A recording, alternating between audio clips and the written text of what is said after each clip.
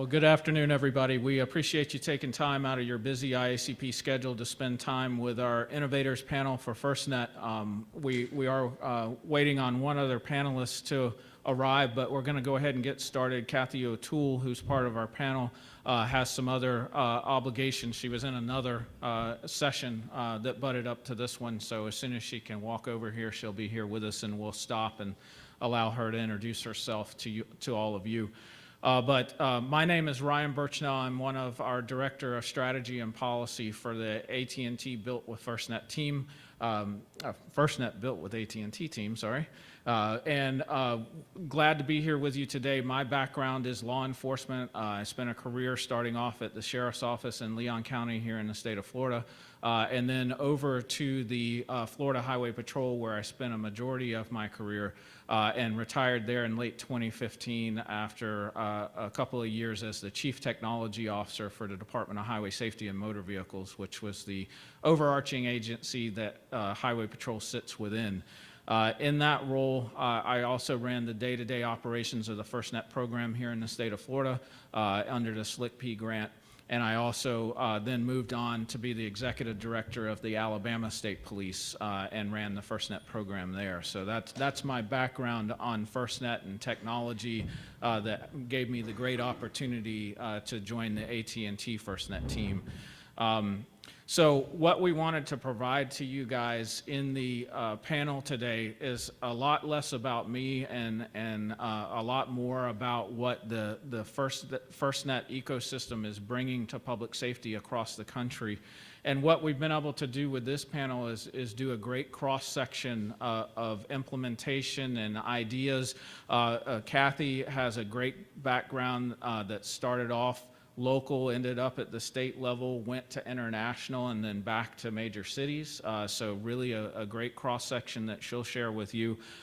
Gary is a chief in a mid-sized city, so that perspective as well. And then John brings the small agency perspective, but also in his role, which he'll explain, a cross-discipline perspective to what they're doing with FirstNet.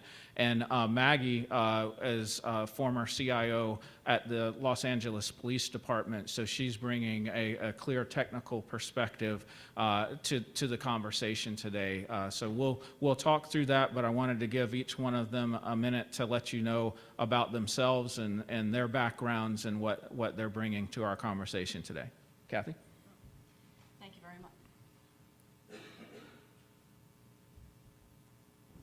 Thanks very much. I'm Kathy O'Toole. As mentioned, I had the privilege of serving as police commissioner in Boston and also the chief out in Seattle, so I've seen it from both coasts' perspective. But I recall being back in Boston as Secretary of Public Safety in the 1990s, and like many of you, faced huge frustrations every time we had a hurricane or a tornado or a man-made disaster or a special event. We were just crippled by our lack of ability to communicate effectively. And so long before 9/11 occurred, there were some of us in Massachusetts, and I'm sure in many of your jurisdictions, recognizing the need for a dedicated network, a dedicated system for public safety, for first responders. And we started to champion that cause way back then. And then, of course, 9/11 occurred and really underscored the need for our own network. Well, it took a while. I think there was frustration from time to time that it took as long as it did, but it is here now, and it is our network. The thing that I like to say is, look, this is an effort that's overseen by the U.S. Department of Commerce right now. This is not a commercial network. This is our network, our public safety network. And not only are we going to be able to communicate more effectively, and I think you'll hear examples of that today, early examples of its success. But now I'm thinking, wow, when we first started to talk about this, we were concerned about voice communications, but now we can stream video, we can use apps, there's so many other opportunities to expand on this network. So I look forward to hearing your perspectives today and also the perspectives of my fellow panelists. Thank you. Okay, I'm Gary McNamara. I'm the chief of the Fairfield, Connecticut Police Department. We have 108 sworn women and men, and quite a few other staff personnel. And so people might wonder why I'm here. I would consider myself to be like many of the chiefs in the room and many of the chiefs around the country. We're inundated with crisis and problems all the time, and we're also inundated with new technology. Emails, phone calls, take a look at this, you should see this, you have to have this. And on first glance, they're very good and very important. You can spend a half an hour walking down any one of these hallways and be inundated with all the things that you want. Just a matter of cost and how many officers you have. And what I find interesting regarding FirstNet is it's not a product. It's really a change agent, and we all have to start understanding that. It's not something that you're going to buy and put on the shelf and maybe you'll use it, maybe you won't. It's a change innovation, and that's why it's important that we have this called innovation section, because it's really going to change the way we do things. Similar to some of the other things that have had major impact in law enforcement, this is one of those innovative changes. Not alone, there'll be a lot of additions to it, but that super highway that will change the way we all in law enforcement do business. And so I'm here to kind of share that message that I found with FirstNet and some of the uses that we've had up in Connecticut with some of the floods that we've had. I know flood's a bad word because it seems like the entire country is flooding these days, but that's kind of my message and why I'm here. Connecticut has 106 different jurisdictions. We all respond with separate cars, separate radios, separate technology of our own. This is less of a product and more of a technology change that's going to sweep through law enforcement, and I'm here to help get that message out. Good afternoon, everyone. John Pate, Villager University Park, Director of Public Safety. I will tell you my kind of viewpoint base comes from both the professional compliance side of things, coming from the Cook County Sheriff's Office, second largest sheriff's office in the country, working in the Inspector General's office, doing investigative roles as well as administrative investigations, management reviews, and various other functions to get the sheriff's office out of a consent decree they just came out of about 3 or 4 years ago.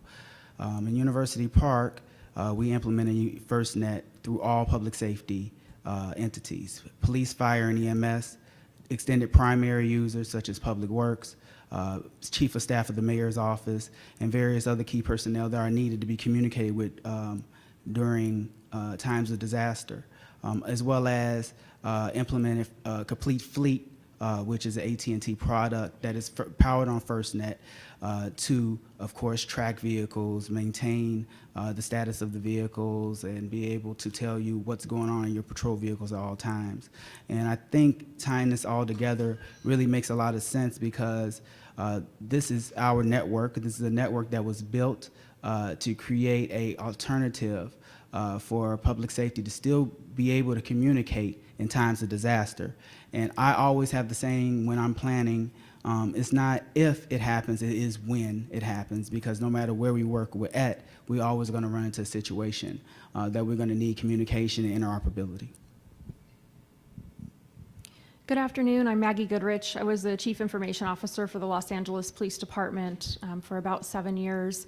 I left LAPD about 1.5 years ago and have been consulting independently in a number of cities. I'm on the monitoring team for several agencies under consent decree, including Baltimore, Newark, and Cleveland, and also go out and conduct technology assessments of a number of agencies across the country under a program offered by the Bureau of Justice Assistance.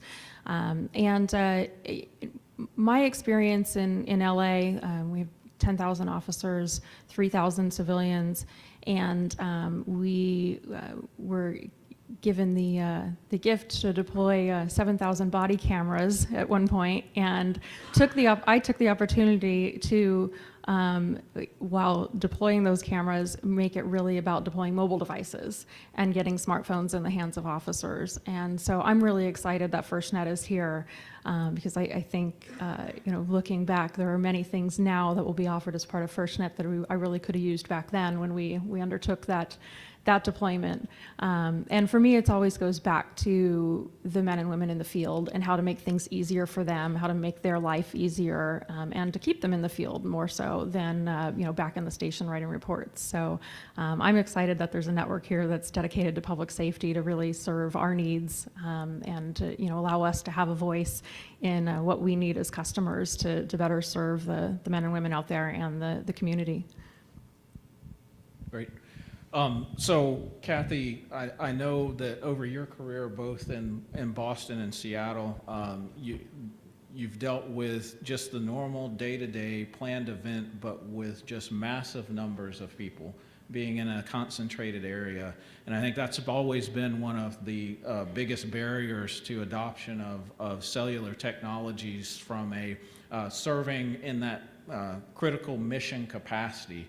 And so from that perspective, can you let everyone here know what you think that starts to do on FirstNet? Why does FirstNet make the difference in that scenario?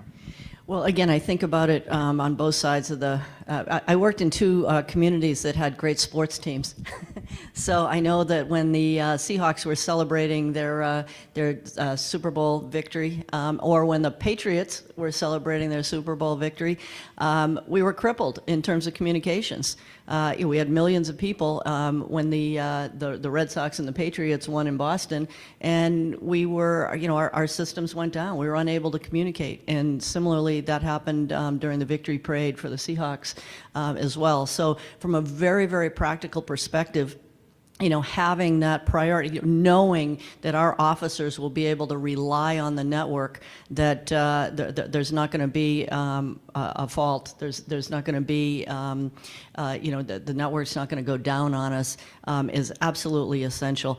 And I know that Ed Davis, who's worked closely with me on this issue, who succeeded me as a police commissioner in Boston, talks about the Boston Marathon bombing, and that horrible tragedy, and how his officers and other first responders lost their ability to communicate during that horrible tragedy. So I'm not telling anybody in this audience anything you don't already know. You've all been there. I mean, most of us in public safety who've been around for a little while have been there when we try to communicate and it just doesn't work. There's nothing there. We can't communicate by voice. We can't communicate on our apps.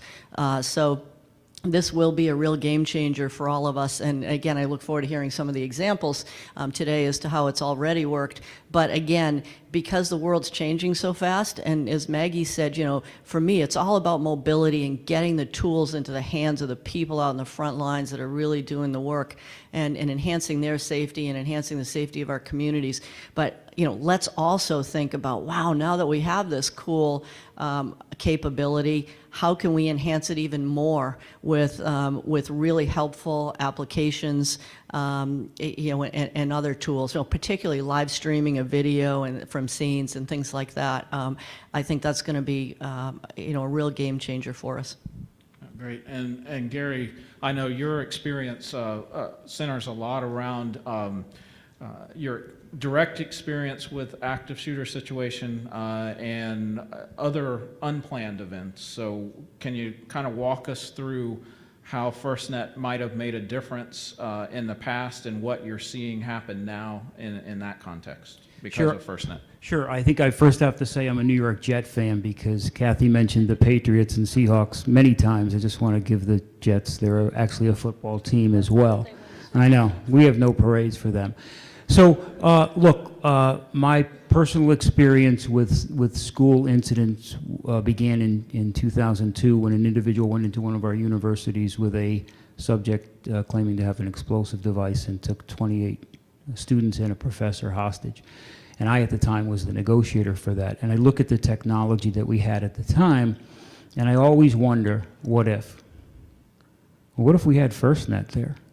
What if we had the capability to communicate not only effectively with all the resources that come to these incidents, because you all have your incidents that if the bell rings, take a peek at how many people are coming and how many different radios and how many different ways they're going to communicate just on a law enforcement side. then take firefighters now with rescue training, task force concepts where we're trying to bring firefighters in to save lives and shave seconds so that people can live, and the way we communicate with them. Then communicating with the hospitals, all those extended primary users and the teachers and all the other people that you may be able to communicate with more effectively because you have this system. Again, it's not a product, it's going to change the way that we do things. Then I look at Sandy Hook. Now, Connecticut is a small state, and we all know the tragedy that occurred at Sandy Hook. And we all in Connecticut responded and took on different roles. And the way in which we reunite parents with students, send messages to all those extended users that we need to do, Department of Public Works for road closures, and resources as far away as Massachusetts and further into New England and New York. How do we effectively communicate with them? You know, school violence obviously continues and mass shootings continue, and we in law enforcement specifically do a really good job at changing, because we identify a problem, we see what happened, because we debrief incidents. Even if it didn't occur in Connecticut, all of you hopefully did debrief Sandy Hook the best you can. And then you look at what we can do better. And it's always from an incident perspective. Very few times do we take a look at not the flashy stuff. We don't really look at the back end of stuff. I wonder how they communicated.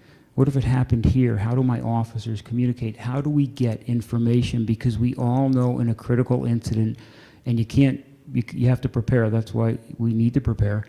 Once the bell rings again, you can't all of a sudden say, boy, wouldn't it be more effective to have this highway of information and tools to communicate more effectively? We don't debrief in that way, and that's really what we have to do. So I look at some of these incidents that I've been involved with, and many of you probably have as well. Ask yourself the question, what if? What if there existed a network that was dedicated to us? And what if on that network, everybody that we wanted to communicate and provide information to and give us information back were on that same network?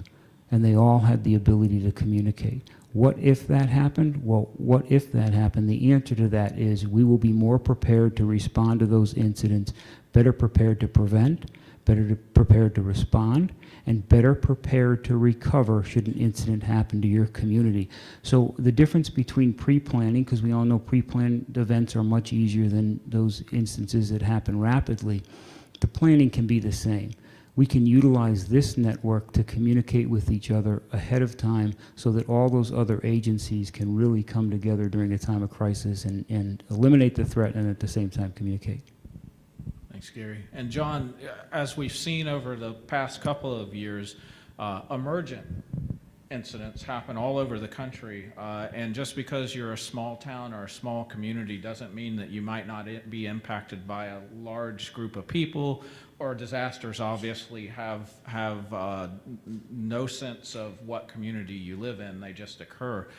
So I know that you've implemented, as you stated, across all the public safety disciplines and extended primary users in your community. Can you talk to us about what the importance of that is and how you see that changing, how a small community like yours would be able to effectively respond to a large incident that happened to you?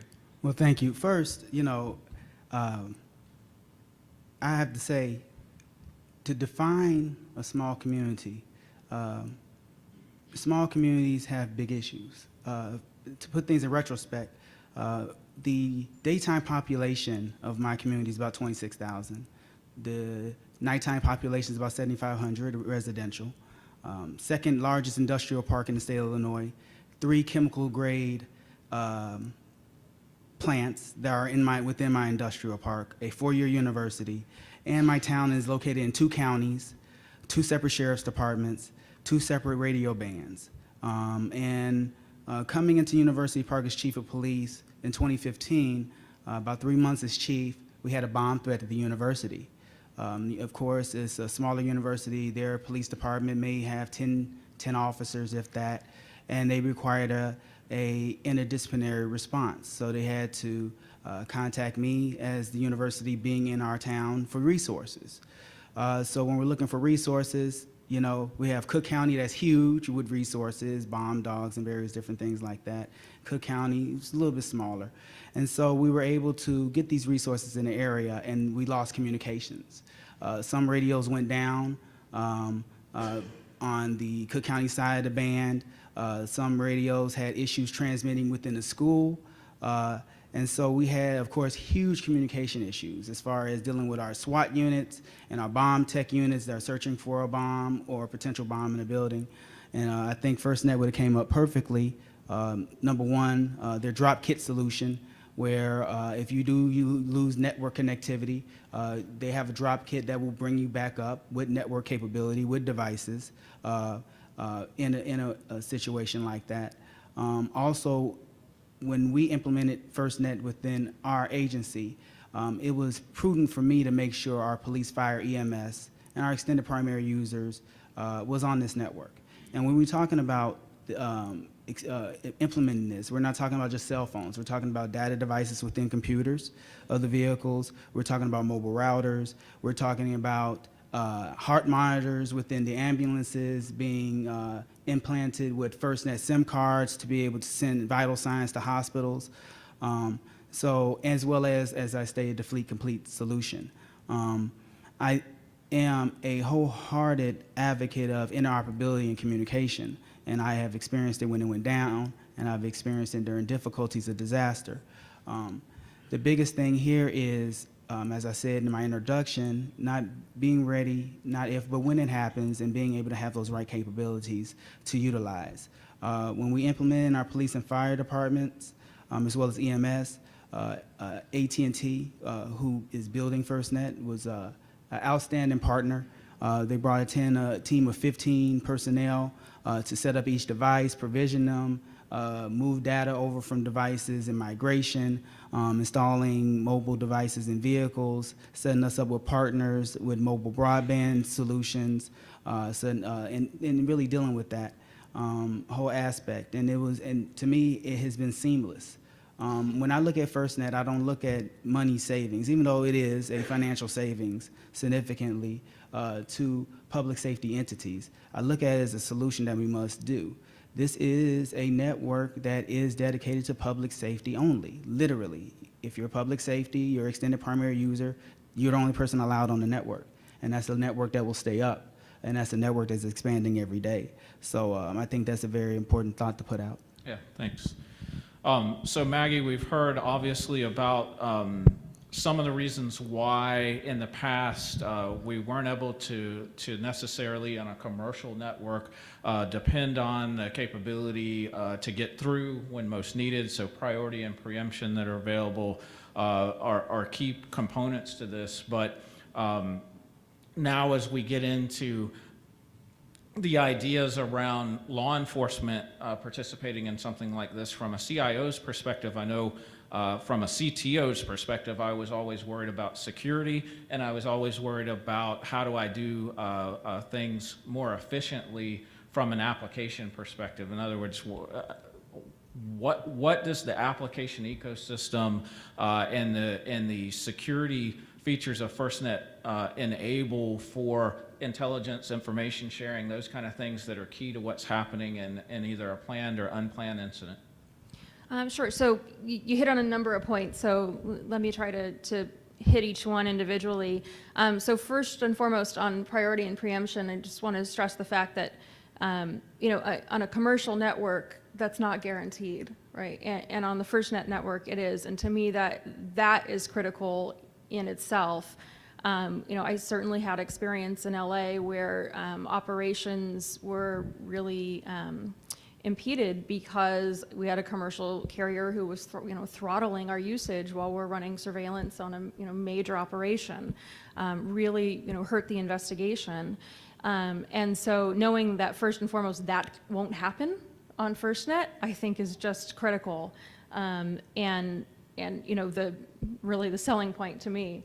I think you touched on security. I think that's the other point. As CIO, I was always worried about security and knowing that our data would be safe and secure.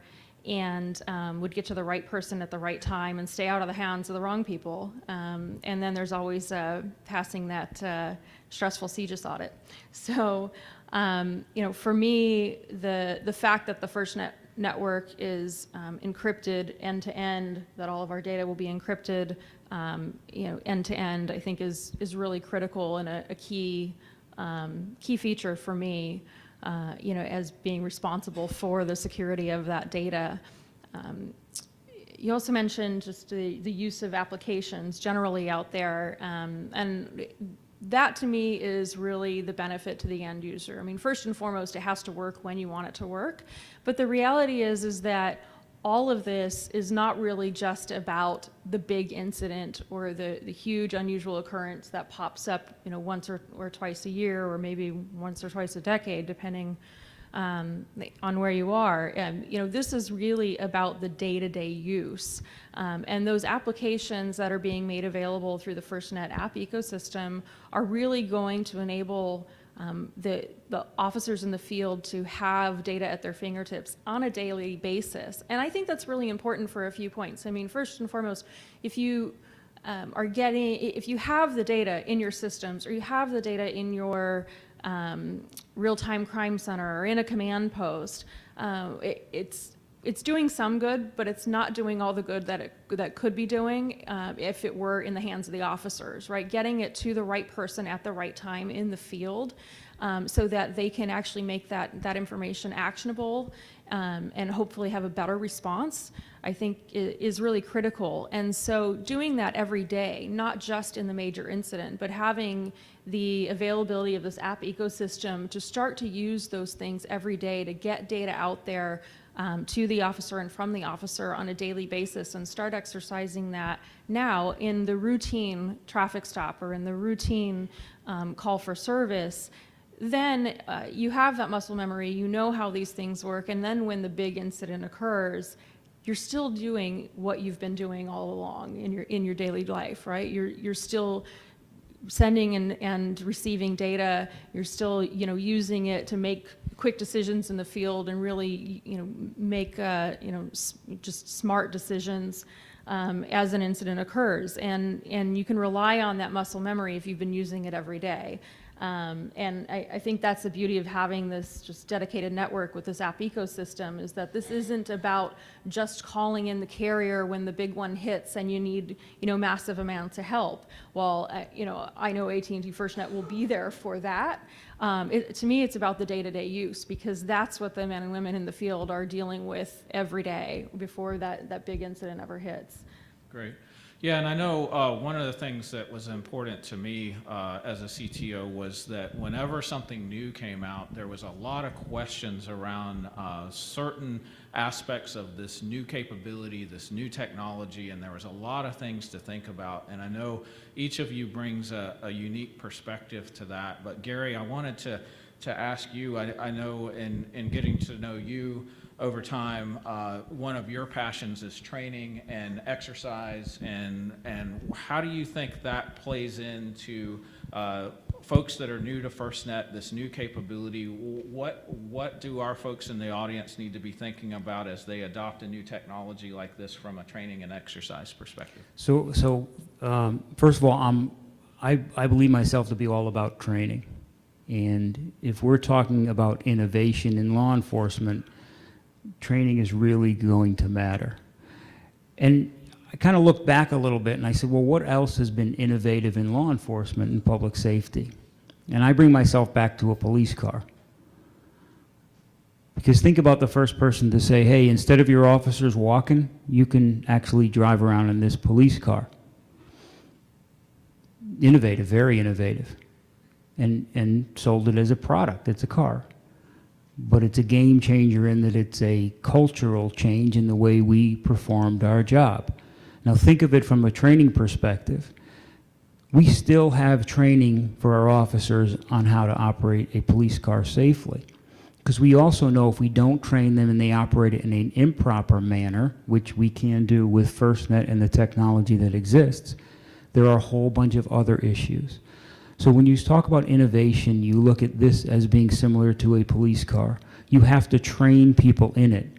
I can't, as the chief, say, look, we've got police cars, and to Maggie's point, only use it when there's a real bad thing from happening. No, get in your car and drive around, because you get better in it driving day to day. So when you're in a pursuit, you're driving to a school shooting, you know how to operate it.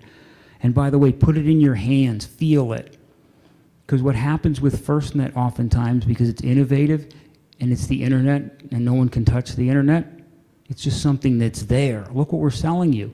That's why we don't have any PowerPoints, because there's nothing to show you. But so what do we say to our officers? We've got to get them to feel it, to believe it, to understand that it is a change in the way you do business, because there's a liability, there's a culpability to what they have. So how do we get commanders to understand that, you know how you operate a scene, limit chaos, who's in charge, make proper decisions? Because we all know, as a chief or a law enforcement agent in the United States, we are graded on the information we had at the time. So how do we now, when we tell you you're going to get better information quickly, it's not going to be interrupted, and you're going to get it over everybody else in a crisis, what are you going to do with it? How are you going to train your personnel to make better decisions with the information that they have? And now take it back to a police car.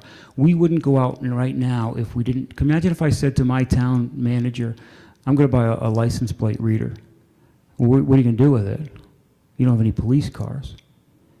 Yeah, you got to get the police car first.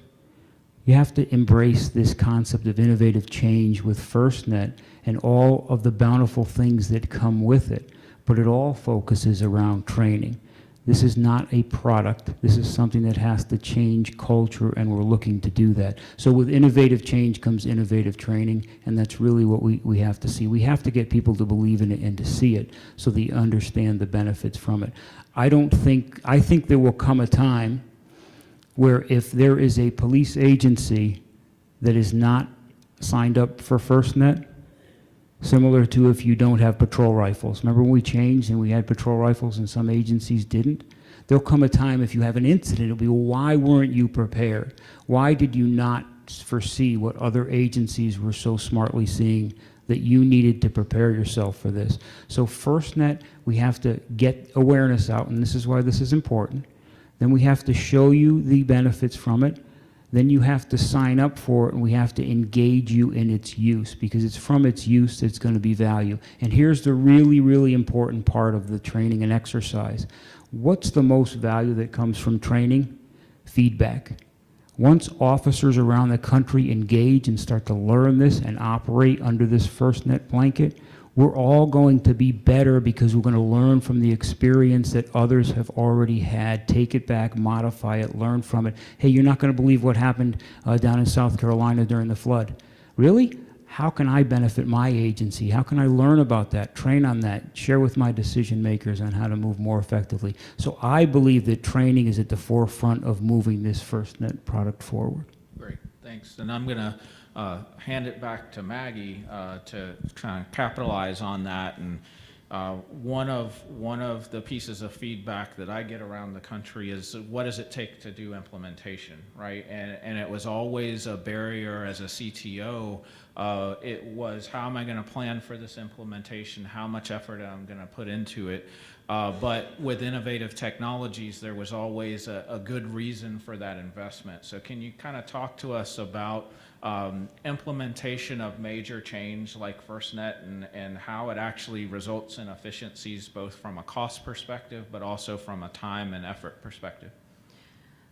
Sure. So I think, the task of deploying a number of mobile devices and sort of keeping track of them and what everybody's doing on them, is daunting.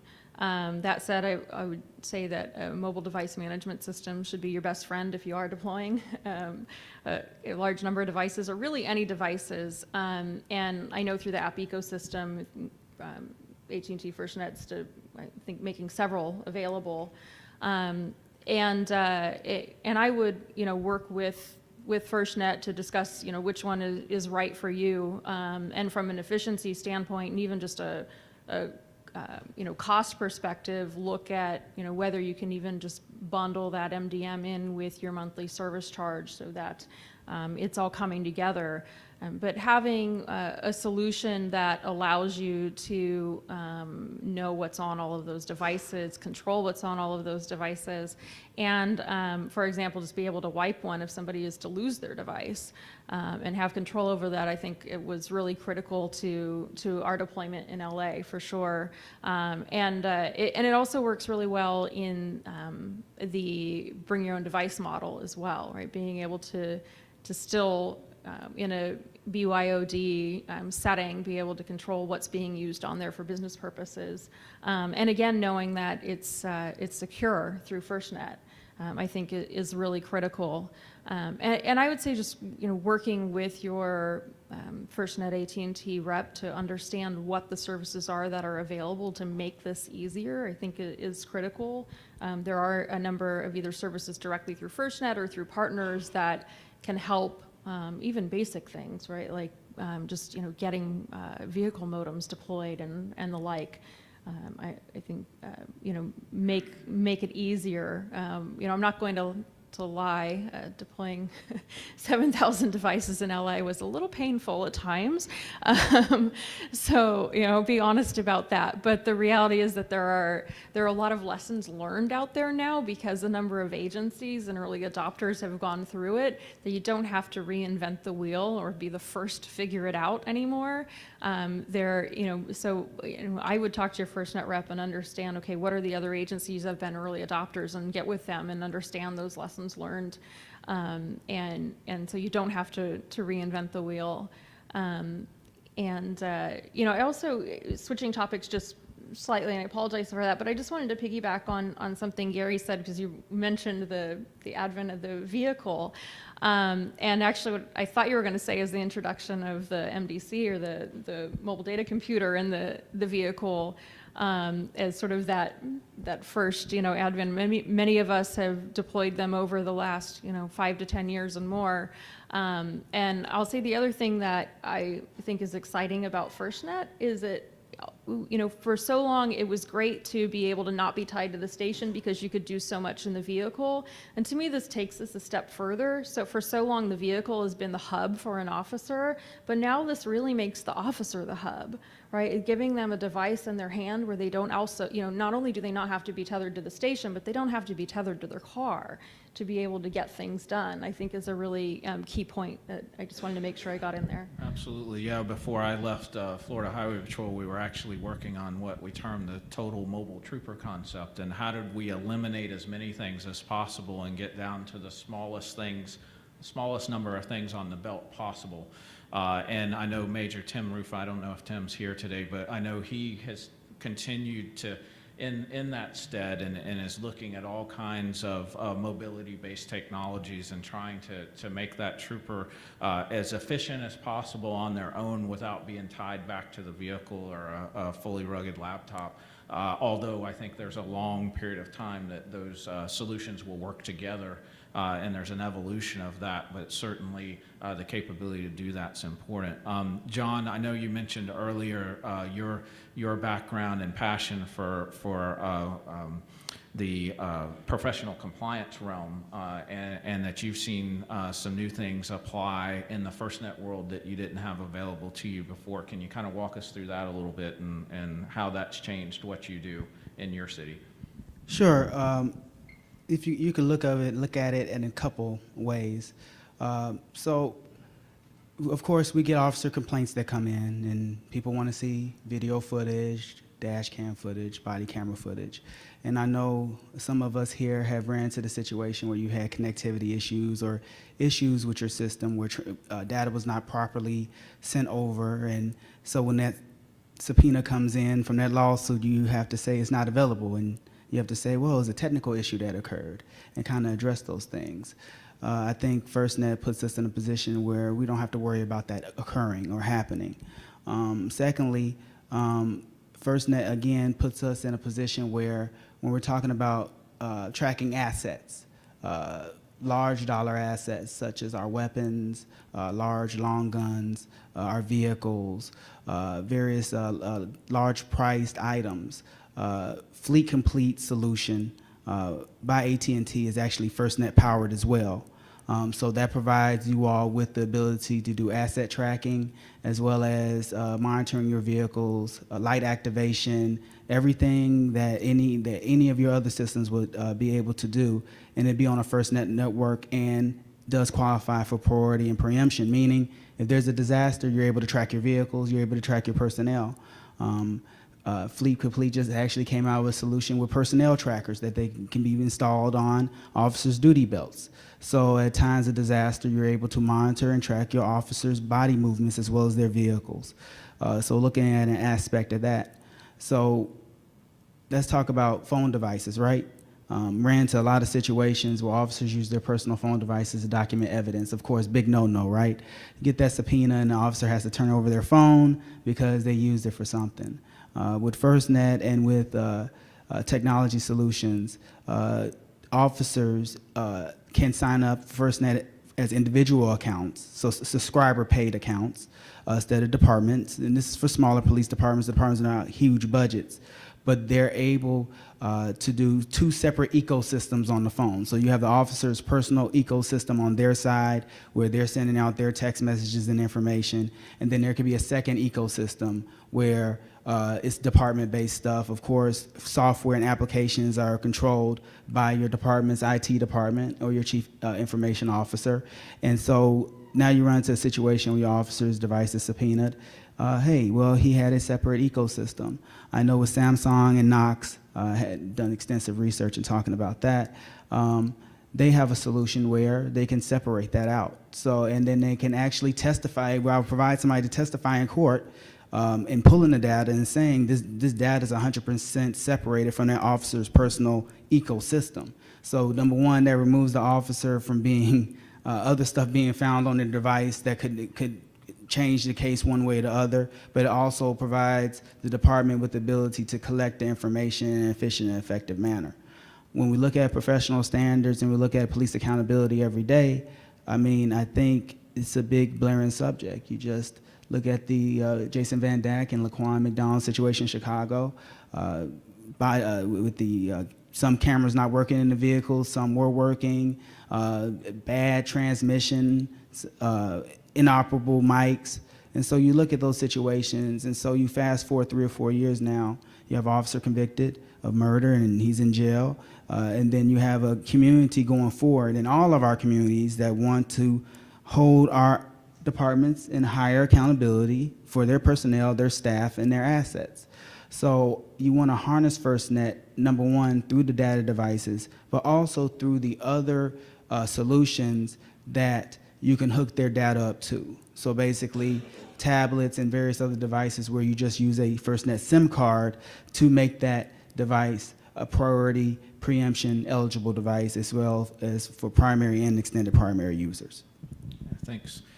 So Kathy, I know your career has focused a lot on solving big problems in big places, and a lot around community policing and reduction of violent crime and all of the things that you've had to deal with. Can you walk us through how FirstNet starts to change approaches to those issues? How does it enhance community policing? How does it help drive down violent crime? Well, you know, first of all, I would say that the biggest challenges we were facing in Seattle until I left recently were at the intersection of public health and public safety. It was around addiction and homelessness and mental health crisis. And I'm really pleased to see the discussion here today, not just focused on voice communications in an emergency situation, because the future is really in these applications, I believe.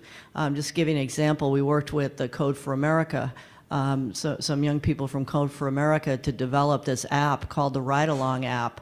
And it was to deal with people that we were consistently servicing in our community who have mental health, who are in mental health crisis. And so we populated this app with, you know, with the system with all kinds of data on these individuals that we were encountering again day after day after day, and we worked with our partners in the mental health community to do that. And we gave officers the tools right at their fingertips so that they would know, utilizing this app, who this person was, who this person's mental health provider was, who the person's family contact was, and also some tips for de-escalating this particular individual in any given situation. And the police officers, immediately, I mean, they adapted to this right away. They were so appreciative that they had this information now at their fingertips, but they were able to share it and work more collaboratively with their partners in the mental health community. Now, in order to use apps like that, you need a secure system because there's so much very sensitive data in an app like that, but you also need a system that's very reliable as well. So, I think that if you don't have an app store right now, I think most police departments now are either going to have their own individual app store or they're going to rely on a FirstNet app store to be able to utilize innovative tools like this. And so, I mean, that's where I see the future going. These multidisciplinary approaches to problem solving, to prevention and intervention in our communities, not just within the public safety sector, but beyond, the mental health community, the health community. And so I think that's definitely what I see in the future. I know that the London Metropolitan Police has its own, I learned recently, they have their own app store. So I think that's where we're headed, but no point in having really cool, innovative apps unless we have reliable, secure networks. Yeah, thank you. So I kind of want to close out our discussion, leave a couple of minutes for questions if you have any, but I want to close out our discussion on innovation. So I'm going to give one example that I'm aware of from my work on our response operations group at FirstNet. We had a situation, obviously, in the Carolinas with Hurricane Florence and a lot of first responders from out of the area. One of them being an out-of-state National Guard unit that came in to one of those states and relied completely on land mobile radio in their home state. And they have a great system there. But as soon as they crossed into North Carolina, they no longer had that capability to communicate amongst their hundreds of National Guardsmen that had been deployed into this other state. Fortunately for them, they had seen the great nationwide approach of FirstNet and had adopted that and had instituted some enhanced push-to-talk capability, and we were able to, on the fly, get them set up on specific talk groups based on their responsibilities in the state, and also on an application that allowed them to real-time track their National Guardsmen across the county, set up checkpoints for them to check into as they moved around the county, and to see them live across that. However, one of the issues that was present and is always going to be present in that type of situation is the ability to have service in an area that's been decimated. And so we were able to bring to bear several of the 72 dedicated deployable assets that are part of your FirstNet service to support that National Guard unit and actually move around with them as towers were restored throughout the county based on the wind damage that was there. And so that was a clear innovation for them, and it's something that they had never done before, but that they were able to implement on the fly because of the capabilities of the entire ecosystem that were available to them. So from your perspectives, we've walked through what we used to do, what the differences are on FirstNet, and what some of the things that have already been accomplished in your jurisdictions and your partners' jurisdictions. But what is the one thing that you see and get excited about with FirstNet moving into the future? Since this is a 25-year contract, there's nothing going away tomorrow, and it's not something that's going to switch to someone else 2 years from now. This is a long-term process, and so what's that one thing that you think that you're going to see over that 25-year contract that really, really gets you excited about the power of FirstNet in the future and the innovation? Okay. Well, I just go back to the to innovative apps. I think that's what it's all about. And again, not only in an emergency situation, but in day-to-day law enforcement and public safety. And I think that, you know, having a network with the capacity, the reliability, and the security that FirstNet provides is absolutely essential if we're really going to maximize or leverage these apps to the greatest extent. I think the technology is going to actually help the New York Jets win the Super Bowl next year. Okay, wait a minute, let me take this back. Good luck. Sorry, I know wishful thinking, even FirstNet can't do that. I think it's going to make us better, and that's what I'm really excited about. I think it's going to answer a lot of our questions of what if. You know, what if we really had the best technology? What if we knew it was going to be reliable? And I'm also excited about the training component, only because it's going to allow us to reach people and change leadership in law enforcement to meet the technology needs.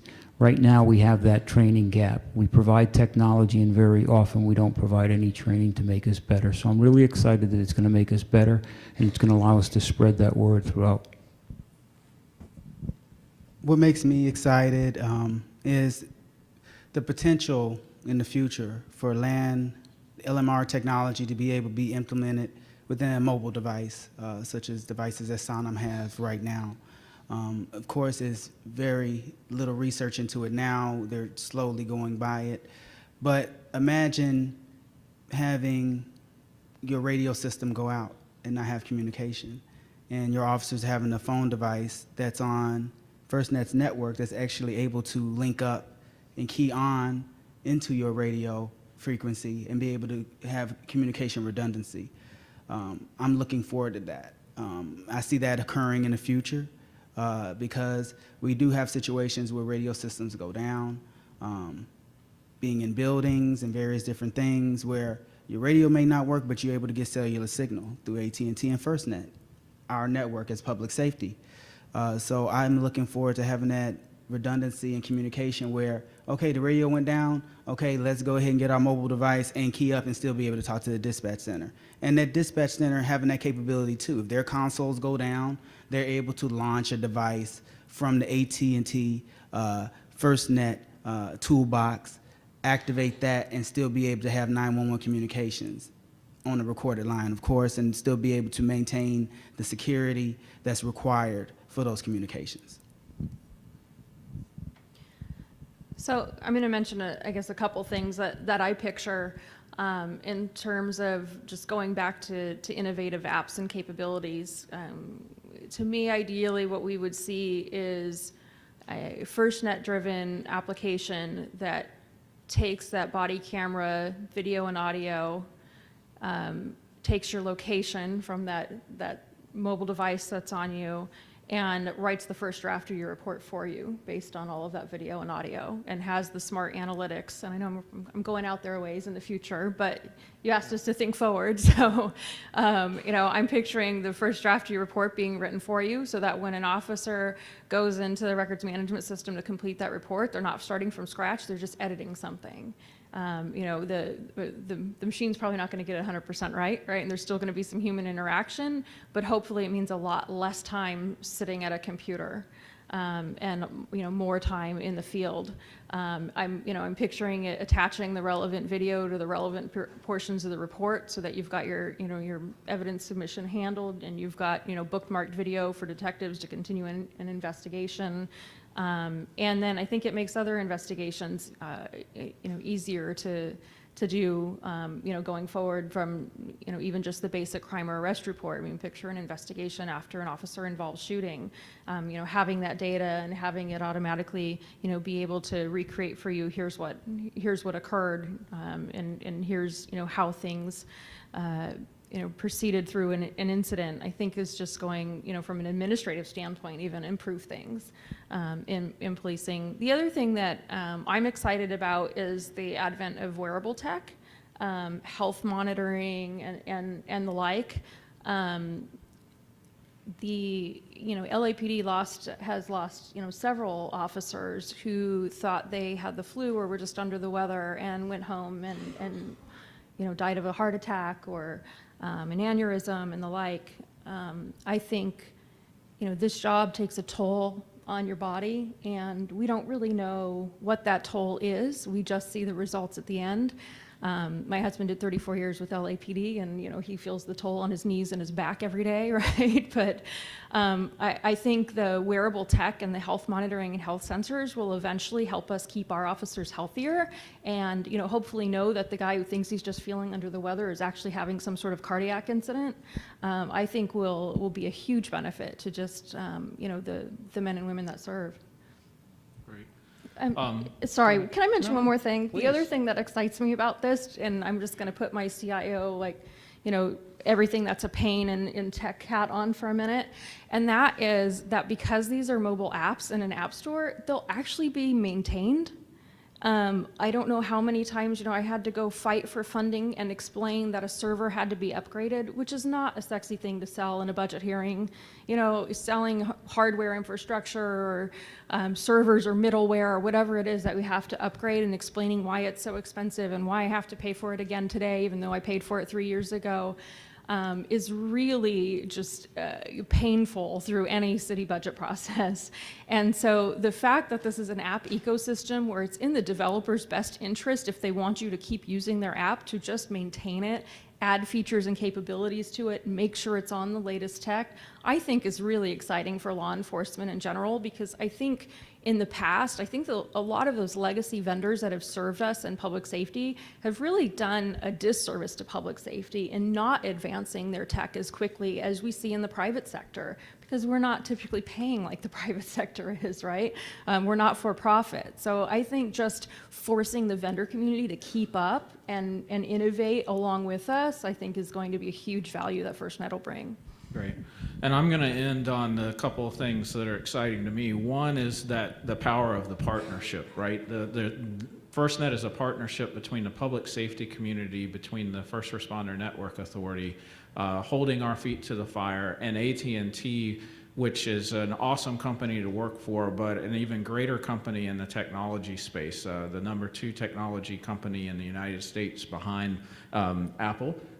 And the power that comes with all of that that's being brought to bear for the public safety community is probably the most exciting thing that I see on a day-to-day basis. And the commitment to change within AT&T in support of the FirstNet project is awesome to see and an awesome thing to be a part of. So I appreciate that. I think we have just a couple of minutes left. If there's I think we have 4 minutes left if we want to get a couple of questions from the audience. If you do, I think there's a live mic there in the center.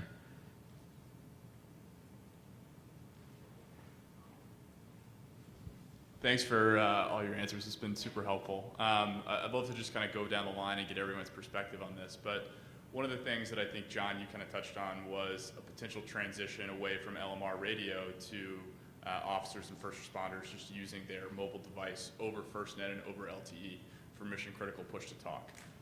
Do you think that that's kind of the direction that ultimately this will take, where maybe LMR doesn't exist, or maybe it's just like a backhaul network, and the mobile device really is like the primary means of communication, given the other tools that are integrated into the device as well? I'd love to get everyone's perspective on this. So I'm going to tell you this. About 4 months ago when this was brought up to me, I was outraged on the phone. I said, impossible. You'll never tell officers to not use their radio, and you know what? You're going to have to use a cellular device. I don't see it as replacing the radio. I do see it as supplementing. Like I said, if radios go down, battery issues, you already have an app for Motorola right now where you can transmit over a device. Do I see it replacing it? No, I see it being an enhancement, and I think I see it as a big enhancement in a time of disaster. Also, it's a game changer when you have a big incident and you don't have enough radios or devices to give out. You are able to transmit on the same network through your cell phone, as well as officers with radios. And with this big thing called 5G that's coming out, I know AT&T is a front runner on it. I think you're going to really see a huge improvement, more than you know. You're going to turn into semi-delayed to real-time activity going on. So I see it as more of a supplement to LMR and not a replacement. So I'll touch on that real quick. The 3GPP mission critical push to talk and mission critical data and some other mission critical standards are still under development. So those have to be completed, and those standards have to be there in order for us to build to them. And then it takes a while to build devices and applications that use those standards. So at the moment, it's certainly an augmentation of LMR, a coexistence for a period of time, and then there's a decision to be made, right? And it's a financial and a technical decision that has to be made by someone other than us at AT&T, but the capability will be there. And I think the switch, if there is any switch, comes when the officer, the fireman, the paramedic picks up that device before they pick up the radio. And when that starts to happen, I think that happens by agency, and that's an agency decision that we won't make for them. Do we have any other questions? I want to make sure we get to that. Yes, sir. If you don't mind, so everybody can hear. Appreciate this panel very much. I work for an immersive media company. We're helping create what I call low probability, high risk situations that can be simulated through immersive media, virtual reality. In particular, we're working with one company here to recreate a situation where there's a schizophrenic episode that a person's having, and you can toggle between that perspective and the perspective of the officer, and really the family member who called the police and now is horrified that there's this situation on her front lawn. But this idea of using FirstNet for training and to create, these high bandwidth requirement types of experiences, but you couldn't simulate them any other way, so that you are prepared for all these de-escalation situations. I just wondered, I'd love your perspective on what you think of that, and would that be valuable? So, and I think it would be tremendously valuable. And you kind of summed it up right.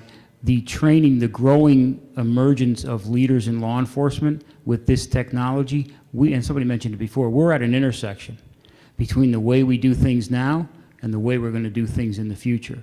And that training capability, bring realism throughout the network, is going to be really powerful. And that is going to not only drive the interest in FirstNet and get people to realize how powerful a tool it is, it's also going to make our officers better. And in that is going to become a change in policy. Think about all the training we go through and how technology sometimes causes us in leadership roles to change policies and procedures and act within the law. All of those things will be improved through the basis of some of those simulations that you are talking about, with the understanding that none of it happens if you don't have FirstNet. And that's the uniqueness of it. You go out there and look at all the technology in the world out here, 90% of it, if you don't have the ability to access it in an emergency through a network, it doesn't exist. Thank you all. We appreciate your time today.